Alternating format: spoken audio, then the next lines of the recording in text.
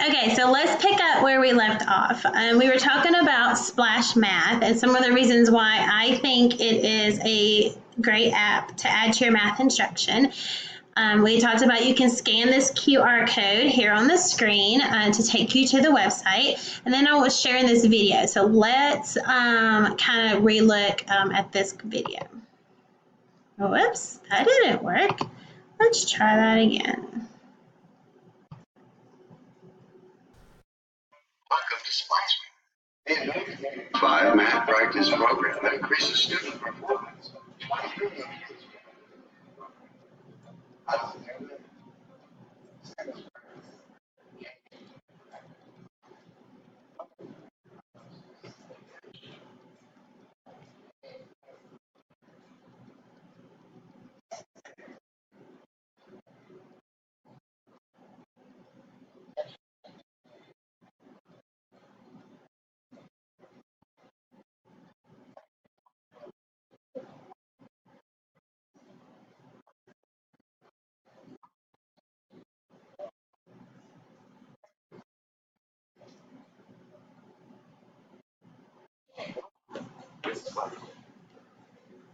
So that's a real good little overview of Splash Math, and specifically those daily reports that the teachers can get, I think would be a great value to the classroom.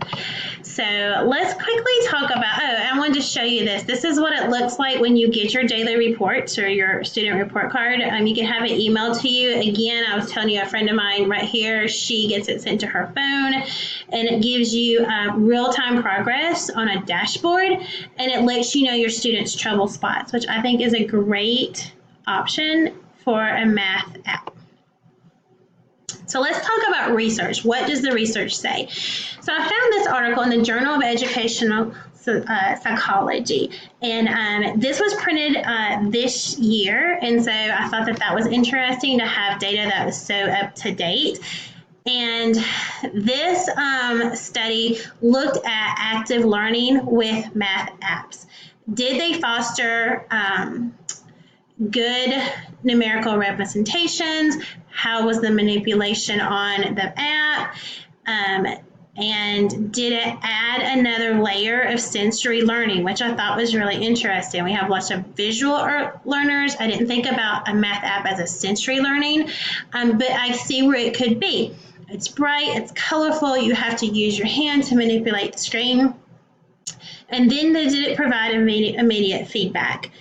So they did a case study, and it was done over a 12-week time, and they took a classroom full of students and they divided them up into 3 groups. Some were given math apps along with whole group instruction and small group math instruction. Another group was given math apps with just the whole group discussion. And let me say that one more time. I think I confused myself. One group was given the app along with the instructions that the teacher normally gives. Then they were given just the instruction and not the apps. And so it was a way for this researcher to see, was that use of math apps affecting student learning? So take a minute and think about, what do you think they discovered doing this case study? And we're going to talk about the results. So there was 3 groups, like I said. This group over here on the far side, group 3, they just got their normal class embedded instruction and their normal small group instruction with some math activities like they always have gotten during this 12-week period. Group 2, the second part of the column, they were given the opportunity to use math apps in addition to their whole class instruction. The math app took the place of the small group instruction. Then this group number 1, they got to participate in all of it. Their math apps were integrated into their small group instruction, and then they also benefited from the whole class instruction with math activities. So let's talk about the results. Group number 3, the one down here at the end, they showed growth at the normal rate. There wasn't any significant change over the 12-week period. They met goals as anticipated by the teacher as kind of a normal rate of meeting those goals. Group number 2, with the addition of the math app, they were more engaged in their math lessons using the math app. They did meet math goals a little bit quicker during the 12-week period, but not extremely significantly quick difference. Group number 1, however, outperformed their peers in a normal 12-week session of class. They received the math app with a strong small group instruction, with their whole class instruction with math activities. They met and exceeded the goals that are normally seen by the teacher during the 12-week period. So in this case, math apps definitely improved student participation, student engagement, and student learning. Then the second part of research that I found was an article entitled Gamification and Smart Feedback, Experiences with a Primary School Level Math App. So, a lot of words, but what does this article tell us? This article specifically from the International Journal of Game-Based Learning specifically focused on feedback, the feedback students get from using math apps. We know how important feedback is from teachers to students. So this was saying, what kind of feedback are the students going to get on math apps? So are they effective? And if the feedback is effective, how is it effective? So this article basically lays out that feedback must be meaningful. For example, it must provide effective feedback on even student errors, which is very important.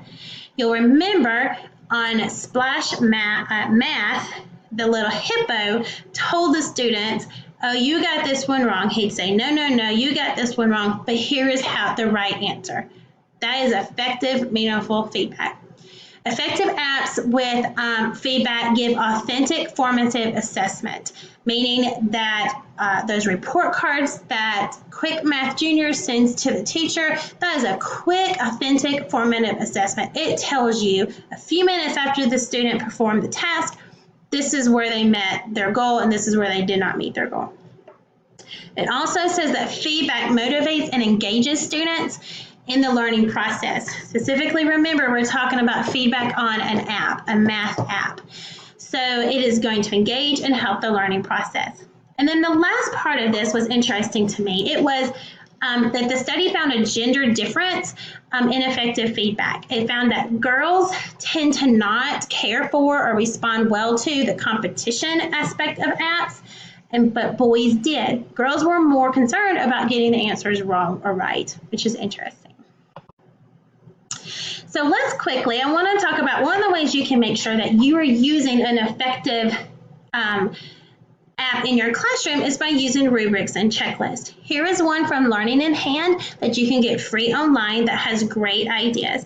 For the sake of time, we're going to go ahead and look at this next one. This is from quickrubric.com. You can go online, make your own rubrics for free. I made this one. If we were in class, in a classroom setting right now for this presentation, I would actually hand these out to you guys and let you assess using this rubric the 3 apps that I presented to you earlier.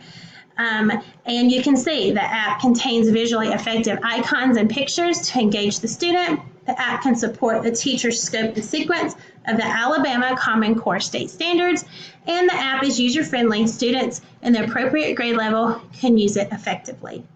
You go through, and it just kind of gives you a quick way of knowing, is this, with these criteria, is this math app going to work in my classroom?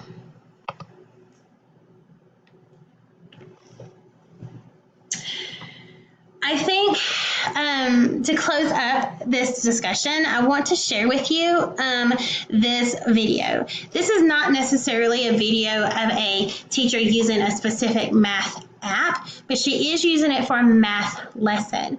I want to kind of leave you with a challenge. I know that this presentation is about math apps, but we also know in education we need to think outside the box. We become more effective teachers if we can find ways to use what we know across content whenever we can. So this video is a great example of using an app to help support students' prior knowledge before and after the lesson. I'd love for you to take a few minutes to watch this video, but for time purposes, we're going to move on to the next slide. Finally, I want to leave you with a video of Thomas. This is a TED Talk by an amazing 12-year-old. If you're still not sure about integrating math apps and digital games into your classroom, I want you to listen to this student.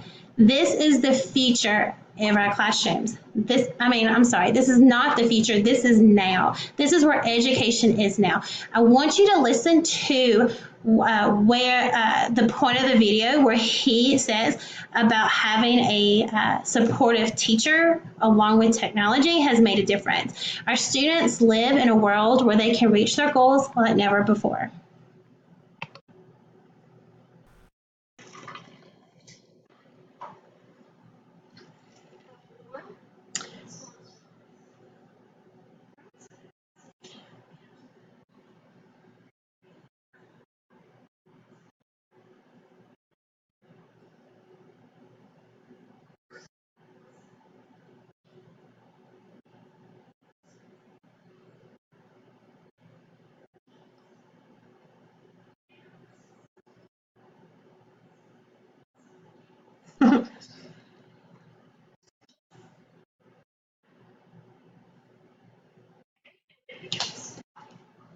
So I'm going to fast forward just a little bit so you can hear the second part of his TED Talk.